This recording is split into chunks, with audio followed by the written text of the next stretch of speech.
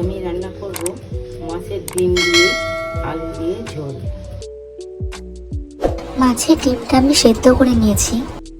Gas কমিয়ে ডিমটা ভেজে নিচ্ছি। গ্যাসে জোর দিয়ে ভাজলে ডিমটা ফুটে যাবে, তাও আমি তো সিদ্ধ করে নিয়েছি। আলুটা আমি ভেজে নিচ্ছি। এবার আমি তেল দিয়েছি, গরম হয়ে গেছে তেল। এবারে 5 ফোড়ন দিচ্ছি। এবার আমি পেঁয়াজ আর টমেটো একটা,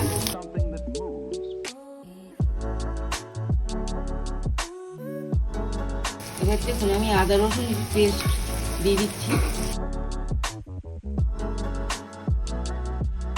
হলুদ গুঁড়ো,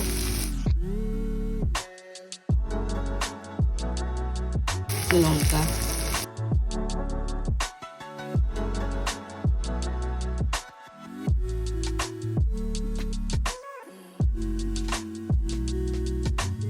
এবার আমি ধনে গুঁড়ো, জিরের গুঁড়ো, এটা ফুটে ওঠার পরে দিতে হবে। গোলমরিচের গুঁড়ো। এবার মাছের ডিম ভেজে রাখা ডিমটা এবার আমি এর মধ্যে দিয়ে দিচ্ছি। আলু দিয়ে মাছের ডিম রান্না আমার কমপ্লিট। এবার আমি নামিয়ে নিচ্ছি। মাছের ডিম দিয়ে আলু রান্না আমার হয়ে গেছে। যদি আপনাদের ভালো লাগে সাবস্ক্রাইব করুন, শেয়ার করুন, লাইক করুন।